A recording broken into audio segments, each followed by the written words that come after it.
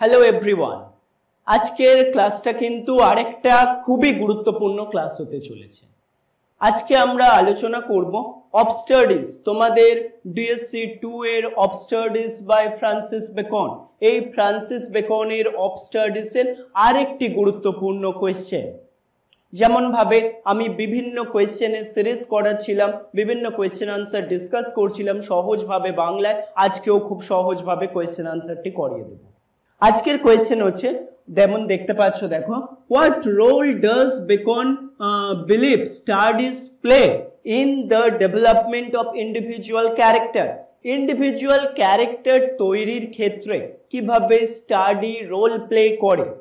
Beacon তার এসেতে খুব সুন্দরভাবে দেখিয়েছেন যে স্টাডি কিভাবে করা উচিত, কেমন ভাবে করা উচিত। আমি তোমাদের এসেটা কিন্তু ডিটেলসে পড়িয়েছি। আজকে আলোচনা করব আমাদের 6 নম্বর কোয়েশ্চেন, কিভাবে স্টাডিতে ডেভেলপমেন্ট ইন্ডিভিজুয়াল ক্যারেক্টারে স্টাডি মানে role Bacon play, study play, study কিভাবে প্লে করছে ইন্ডিভিজুয়াল ক্যারেক্টার গড়ে ওঠার জন্য, কি রোল প্লে করছে, সেই কোয়েশ্চেনটি খুব সহজ সরল করে তোমাদেরকে বুঝিয়ে দেব। যেমন ভাবে বিভিন্ন কোয়েশ্চেন আনসার আমি সহজ সরল বাংলাতে বলতে থাকি এবং তোমাদের কাছে ইংলিশটা অলরেডি থাকে, সেইভাবেই আজকের ক্লাসটাও করিয়ে দেবো। কোনো জটিলতা ক্লাসের মধ্যে থাকবে না, সহজভাবে তুমি বুঝতে পারবে। এবং কোয়েশ্চেনের আনসারটি কিন্তু খুব স্ট্যান্ডার্ড, আনসারটা একবার দেখে নাও। এই হচ্ছে তোমাদের কোয়েশ্চেনের আনসার, ইতিমধ্যে যেটা লেখাও রয়েছে ফার্স্ট পেজ, এটা হচ্ছে সেকেন্ড পেজ। এই দুটো পেজে আমরা মোটামুটি, তোমরাও একটু দেখে নাও, এই হচ্ছে গিয়ে ফার্স্ট পেজ এবং এটা সেকেন্ড পেজ। এই দুটো পেজে আমরা কোয়েশ্চেন আনসারটা 600 ওয়ার্ডের মধ্যে মোটামুটি লেখা রয়েছে। এই ওয়ার্ড লিমিটেশনই তোমাদের কিন্তু ইউনিভার্সিটির গাইডলাইন রয়েছে এবং কোয়েশ্চেনটা স্ট্যান্ডার্ড কিন্তু যথেষ্ট ভালো। আমার তৈরি করা এটা কোয়েশ্চেন আনসার, এবং এই কোয়েশ্চেন আনসার লিখলে কিন্তু তোমরা যদি নির্ভুল লিখতে পারো পরীক্ষায় 70 to 80% কিন্তু অবশ্যই পাবে। যদি কারোর কোয়েশ্চেন আনসারের জন্য প্রয়োজন থাকে, তোমরা যারা এই মুহূর্তে আমাকে ভিডিওতে দেখছো তাদের জন্য একটু বলে রাখি, তারা কিন্তু অবশ্যই নিচে দেওয়া হোয়াটসঅ্যাপ নাম্বারে আমার সঙ্গে যোগাযোগ করতে পারো। আমি তোমাদের কোয়েশ্চেন আনসার দিয়ে হেল্প করব। তোমরা অল্প মূল্যের বিনিময়ে কিন্তু কোয়েশ্চেন আনসার পারচেস করে নিতে পারবে এবং খুব স্ট্যান্ডার্ড আনসার, তুমি কিন্তু ভালো নাম্বার পেতে পারবে এর থেকে। ঠিক আছে, তাহলে আমরা কিন্তু আমাদের কোয়েশ্চেনটা আজকে আলোচনা করে নিই। চলো যাওয়া যাক কোয়েশ্চেনের আনসারের দিকে। What role does Bacon believe study play in the development of individual character. তাহলে কি বলা হচ্ছে, বেকন বিশ্বাস করেন যে অধ্যয়ন ব্যক্তিগত চরিত্রের বিকাশে কি ভূমিকা পালন করে। এই কোয়েশ্চেনটা নিয়ে আমরা আলোচনা করব। তো ফার্স্ট প্যারাগ্রাফে দেখে নাও, আমি সহজ করে তোমাদেরকে বুঝিয়ে দিচ্ছি কি বলা হচ্ছে ফার্স্ট প্যারাগ্রাফে। Francis Bacon in his essay of studies, যদি আমরা সহজ করে বলি তাহলে এরকম হবে, তার প্রবন্ধ অফ স্টাডিজে ফ্রান্সিস বেকন স্টাডিকে ব্যক্তিগত চরিত্রের বিকাশে যে গুরুত্বপূর্ণ ভূমিকা পালন করে তার একটি রূপরেখা দিয়েছেন। পরবর্তী লাইনে তিনি বলেছেন, তিনি আরো যুক্তি দেন যে জ্ঞান এবং শিক্ষার সাধনা একজনের চরিত্রকে শেপ আকার দেওয়ার নৈতিক এবং বুদ্ধিভিত্তিক গুণাবলী বাড়ানোর এবং ব্যক্তির জীবনের বিভিন্ন দিকের জন্য প্রস্তুত করার ক্ষেত্রে অবিচ্ছেদ্য একটি অঙ্গ। পরবর্তী স্ট্যান্জাতে দেখো কি বলা হচ্ছে, পরবর্তী স্ট্যান্জাতে বলা হচ্ছে ওয়ান অফ বেকনস প্রাইমারি, কি বলা হচ্ছে দেখো, বেকনের প্রধান দাবিগুলির মধ্যে একটি হলো অধ্যয়নের প্রজ্ঞা, রায় এবং সমালোচনামূলক চিন্তাভাবনার মতো বুদ্ধিভিত্তিক গুণাবলী তৈরি করা।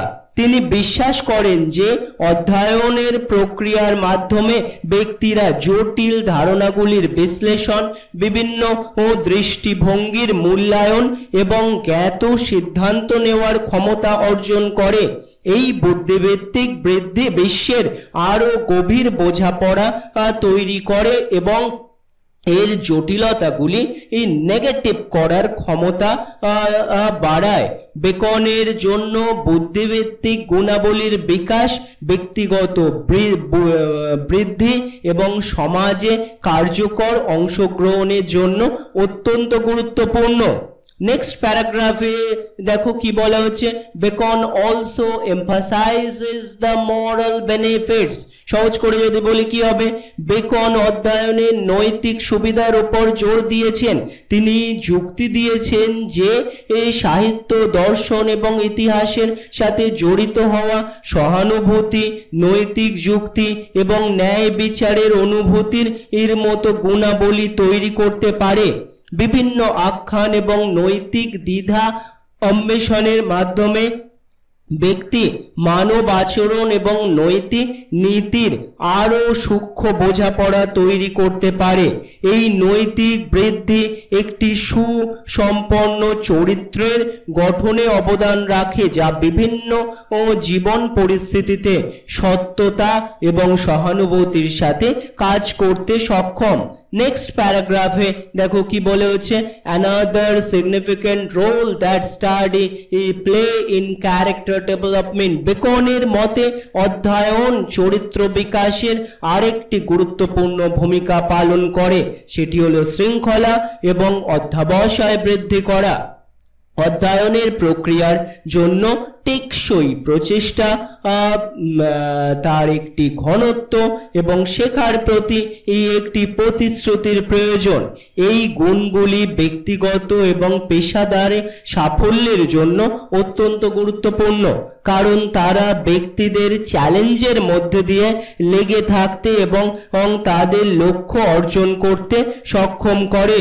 বেকন বিশ্বাস করেন যে অধ্যয়নের মাধ্যমে অর্জিত শৃঙ্খলা একাডেমিক সাধনা অতিক্রম করা এবং জীবনের সমস্ত ক্ষেত্রে প্রয়োগ করা যেতে পারে। একটি শক্তিশালী এবং স্থিতিস্থাপক চরিত্রকে লালন করে। পরবর্তী স্ট্যান্জাতে দেখো কি বলা হচ্ছে, Bacon also highlights the importance of balance in the development of character through studies. এই প্যারাগ্রাফে দেখো কি বলা হচ্ছে, বেকন অধ্যয়নের মাধ্যমে চরিত্রের বিকাশের ভারসাম্যের গুরুত্বও তুলে ধরেছেন। তিনি অত্যাধিক অধ্যয়নের বিরুদ্ধে সতর্ক করেন। তিনি অত্যাধিক অধ্যয়ন আর কি করতে বারণ করেছেন, সতর্ক করেন, যা পাণ্ডিত্য এবং ব্যবহারিক বাস্তবতা থেকে নিরবচ্ছিন্নতার দিকে নিয়ে যেতে পারে। পরিবর্তে তিনি অধ্যয়নকে বাস্তব অভিজ্ঞতা এবং পর্যবেক্ষণের সাথে একত্রীভূত করে একটি ভারসাম্যপূর্ণ পদ্ধতির পক্ষে কথা বলেন। এই ভারসাম্য নিশ্চিত করে যে ব্যক্তি কেবল বুদ্ধিভিত্তিক এবং নৈতিক গুণাবলী নয়, বরং ব্যবহারিক প্রজ্ঞা এবং অভিযোজনগততা বিকাশ করতে পারে, মানে অভিযোজিত হতে পারে। অধ্যয়ন এবং অভিজ্ঞতার মাধ্যমে বিশ্বের সাথে নিযুক্ত হোক ও নিযুক্তি থেকে ব্যক্তি এমন একটি চরিত্র তৈরি করতে পারে যা উভয় জ্ঞানী এবং বাস্তববাদী করে আমাদের। নেক্সট প্যারাগ্রাফে দেখো কি বলা হচ্ছে, furthermore Bacon suggests that the এই প্যারাগ্রাফে তাহলে কি বলা হচ্ছে, অতিরিক্তভাবে বেকন পরামর্শ দেন যে অধ্যয়নের বৈচিত্র্য একটি সুসম্পন্ন চরিত্রের অবদান রাখে। তিনি যুক্তি দেন যে বিভিন্ন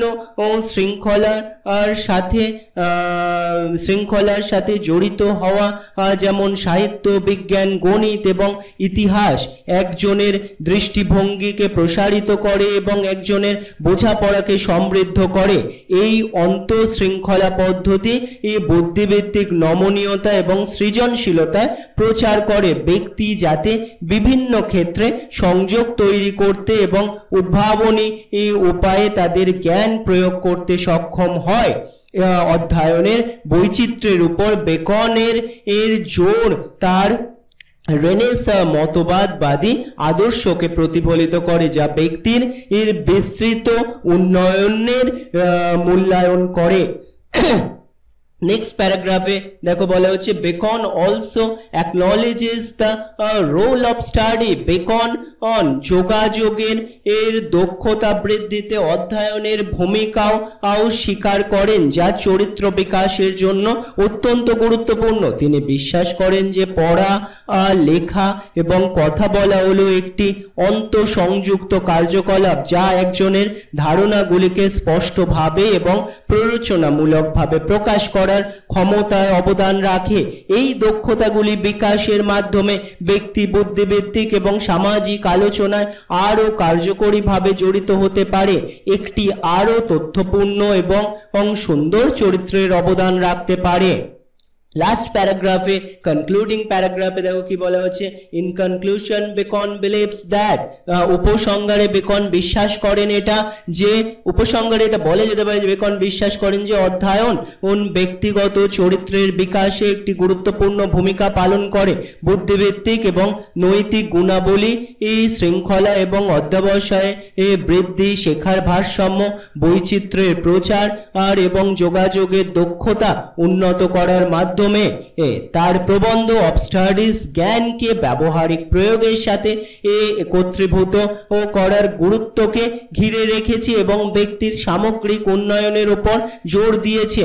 বেকনের অন্তর্দৃষ্টি আজও প্রাসঙ্গিক, শিক্ষার স্থায়ী মূল্যকে একটি সুন্দর ও সক্ষম চরিত্র গঠনের উপর জোর দেওয়াকেই তিনি হাইলাইট করেছেন।